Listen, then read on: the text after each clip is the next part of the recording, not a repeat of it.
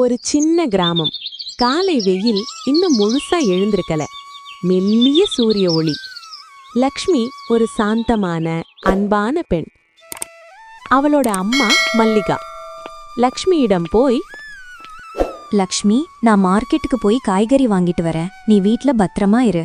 அம்மா, எல்லா வேலையும் முடிஞ்சிருச்சு. எனக்கு வீட்ல தனியா இருக்க வெறுப்பா இருக்கு. நானும் உன்னுடன் மார்க்கெட்டுக்கு வரவா? சரி வா, போகலாம். அம்மா மகள் ஒரு சின்ன உரையாடல். லக்ஷ்மியும் மல்லிகாவும் மார்க்கெட்டுக்கு நடந்து போய்கிட்டு இருந்தாங்க. அந்த அமைதியான காலை ஒரு நாள் ஒரு பெரிய மாற்றத்திற்கு ஆரம்பமாக இருக்கும் என அப்போ யாருக்கும் தெரியாது. அம்மா, இன்னைக்கு பசலைக்கீரை ரொம்ப ஃப்ரெஷ்ஷா இருக்குமா? இன்னைக்கு செவ்வாய்மா, கண்டிப்பா நல்லா இருக்கும். லக்ஷ்மியும் மல்லிகாவும் காய்கறி வாங்கிட்டு நடந்து வந்துகிட்டு இருந்தாங்க. அப்போதான் ரோடு ஓரமா ஒரு பசு ரொம்ப சோர்வா, வாய் உலர்ந்து நடக்க முடியாம அமைதியா உட்கார்ந்துட்டு இருந்தது. ஆனா அந்த அமைதிக்குள்ள ஒரு பெரிய வலி இருந்தது. எல்லாரும் பசுவை பார்த்துட்டு பார்க்காத மாதிரி போய்கிட்டு இருந்தாங்க. அந்த பசுவுக்கு யாரும் உதவி செய்யல. அம்மா, அந்த பசுவை பாருங்க, எதுவும் சாப்பிடாம ரொம்ப சோர்வா இருக்கு. அதுக்கு உடம்பு முடியல போல. இந்த பஸ் மார்க்கெட்ல தான் சுத்திட்டு இருக்கோம்.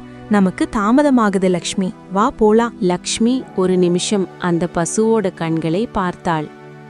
அந்த கண்களில் பசி, தண்ணீர், ஒரு உதவிக்கான எதிர்பார்ப்பு.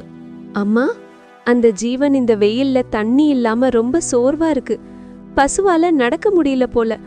நம்ம பசுவுக்கு உதவி பண்ணணும், வாமா. லக்ஷ்மியும் மல்லிகாவும் பசுவின் அருகே போனார்கள். லக்ஷ்மி சுத்தி முத்தி பார்த்தாள். அங்கு ஒரு கிணறு இருந்ததை கவனித்தாள். கிணற்றிலிருந்து தண்ணீர் எடுத்துட்டு வந்து பசுவுக்கு கொடுத்தாள். பையில் இருந்த கீரையையும் பசுவுக்கு கொடுத்தாள். பசு மெதுவாக தண்ணீர் குடித்தது. அந்த கீரையையும் சாப்பிட்டது. பசு தலையை லேசாக அசைத்தது. பசு லக்ஷ்மியை பார்த்தது. அந்த பார்வைக்கு அர்த்தம் நன்றி. அந்த நிமிஷம் லக்ஷ்மியின் முகத்தில் ஒரு சந்தோஷம்.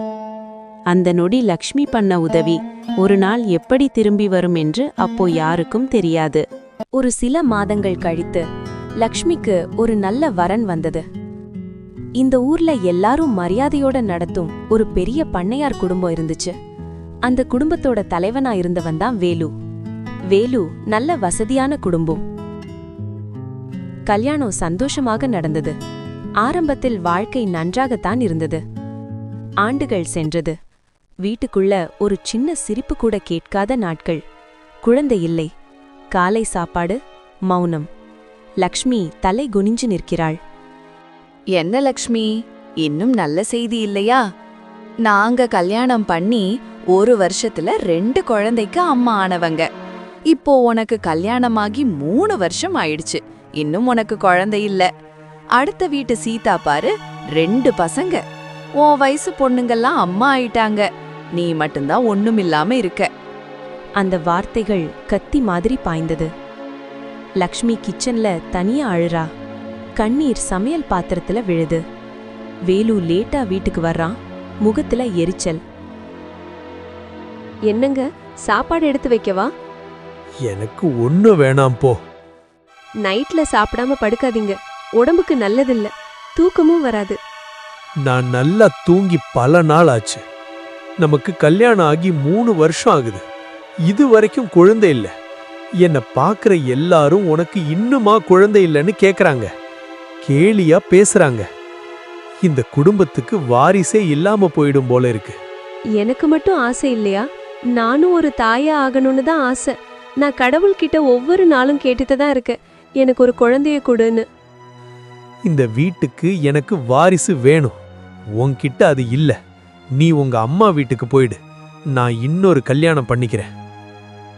அந்த நொடியில லக்ஷ்மியின் மனம் உடைந்தது. லக்ஷ்மி கடவுளிடம் கண்ணீருடன் கேட்கிறாள். கடவுளே, நான் என்ன தப்பு பண்ணேன்? எனக்கே ஏன் இவ்ளோ கஷ்டம்? இந்த உலகத்துல எல்லாருக்கும் நீங்க கொடுக்கிற சந்தோஷம் எனக்கு மட்டும் ஏன் தரல? ஒரு குழந்தை இல்லாம ஒரு பெண்ணா வாழுறது எவ்வளவு வலின்னு உங்களுக்கு தெரியாதா கடவுளே? எல்லாரும் என்ன வெறுக்கிறாங்க. தள்ளி வைக்கிறாங்க, வார்த்தையாலே கொல்றாங்க. எனக்கு பணம் வேண்டாம், சொத்து வேண்டாம், ஒரே ஒரு குழந்தை, அதுவும் நீங்க நினைச்சா மட்டும்தான் எனக்கு கிடைக்கும் என்று சொல்லி லக்ஷ்மி கண்ணீருடன் அழுது வேண்டினாள். ஒரு சில மாதங்கள் கழித்து லக்ஷ்மி கர்ப்பமாகிறாள். அவளுக்கு ஒரு அழகான ஆண் குழந்தை பிறக்கிறது. லக்ஷ்மியின் மனதில் சந்தோஷம். இது கடவுள் எனக்கு கொடுத்த குழந்தை என்று கண்ணீருடன் நன்றி சொன்னாள். லக்ஷ்மி, என்னை மன்னிச்சுடு. உன்னை வார்த்தையால நான் ரொம்ப காயப்படுத்திட்டேன். இனிமேல் உன்னை எந்த வார்த்தையாலும் காயப்படுத்த மாட்டேன். நம்ம குழந்தைக்கு நல்ல அப்பாவா நான் இருப்பேன். லக்ஷ்மியின் கண்களில் மீண்டும் கண்ணீர். இந்த முறை அது வலியில்லாத சந்தோஷ கண்ணீர். அந்த நிமிஷம் அவர்களுக்குள் புது நம்பிக்கையும் புது வாழ்க்கையும் மறுபடியும் ஆரம்பமாயிடுச்சு. என்னங்க, நம்ம குடும்பத்தோட கோயிலுக்கு போய் பொங்கல் வச்சு சாமி கும்பிட்டு வரலாம். கண்டிப்பா போகலாம். அதுக்கு நான் ஏற்பாடு செய்றேன். குடும்பத்துல உள்ள எல்லாரும் அன்று அதிகாலை முதலே முகத்தில் சந்தோஷத்தோட கோயிலுக்கு பொங்கல் வைக்க போனார்கள். கோயில் முழுக்க சாமி மணம், அடுப்புல பொங்கல் கொதிக்கும் சத்தம், குடும்பத்துல உள்ள எல்லாரும்